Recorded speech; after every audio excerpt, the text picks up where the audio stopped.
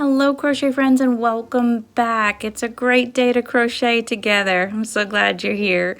We're going to start today working on a cupcake bookmark, which I thought was really cute and fun. So I wanted to get started on this with you today. This green here is a DK yarn and also the cream color. The cherry, I made it with a cotton just to give it a little thickness so it sits up good on top of my cupcake there. You could use a DK for that too, just preference, whatever you'd like. I'm using a 2mm crochet hook, and we're going to get started with the cake part here. This bottom, I don't know if it's the cake or the cute little paper that's wrapped around the cupcake, but it's going to be green. So we're going to get started with that today. So row 1 is where we're beginning on the cake, and we want to yarn over into a loop and drop our working tail behind. Grab inside that circle and pull it up on the shank, because we are starting with chaining, no magic circle this time. Okay, small hook, take your time with this, thin yarn and everything, just take your time, it's gonna be okay. So we're gonna start with chaining 9. So yarn over and pull through 1, yarn over and pull through 2, yarn over and pull through 3, yarn over and pull through 4, 5, 6, 7, 8 and 9. All right, we have 9. That is our foundation chain. That is the side of the cupcake. We are working this direction, not back and forth like that, okay? So this is our foundation chain. All right, let's get going on it. So we want a single crochet in the second chain from our hook. So here's 1, this is 2. Remember, to chain, you're only picking up half, right? So enter, yarn over and pull through. Yarn over and pull through 2. I'm going to try to keep my thumbs and everything out of the way. It's hard because it's small, okay? I'm doing my very best with y'all. And now we're going to single crochet all the way down to where we began, where our knot is. Just all single crochets. Enter the next chain, yarn over and pull through, yarn over and pull through 2. Enter the next one. All right, we're going to keep going with these all the way down. It's not hard, right? Just single crochets. I think I got an extra little piece there. Hang on, let's see. Yep, I do. Because it's small work, we want it to be neat, right? And it can be hard, I know. So we're just gonna be slow and steady, and we will win the race. All right, so you can pick any colors for these. You could even put little sprinkles on top of that frosting, the icing, if you wanted to. Okay, we're at the end of row 1. We single crocheted all the way down. We're going to chain 1 and turn our work. So now we're looking at the back side, okay? And now rows 2 through 9 are all the same. We're going to be working in the back loop only of all our stitches, doing single crochets. So now, when you're looking at your stitches, you have the front piece and the back piece. The back piece is the one furthest from you.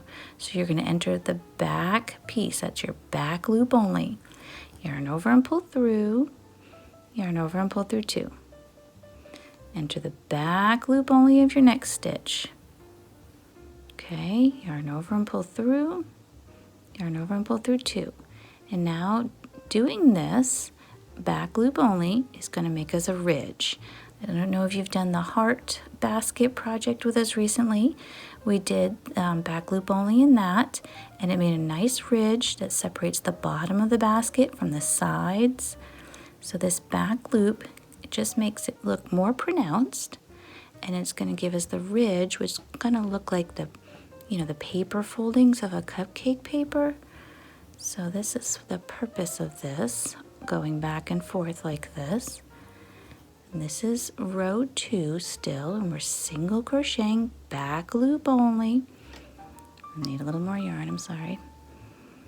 And it is tiny, but we can do this, right?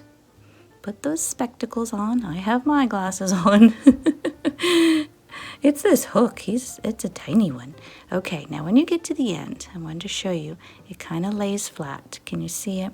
So don't forget this little stitch here. It's your last one.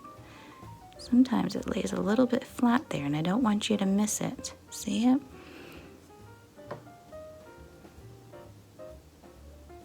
All right, and now at the end of every row, we want to yarn over and pull through for a chain 1, turn our work.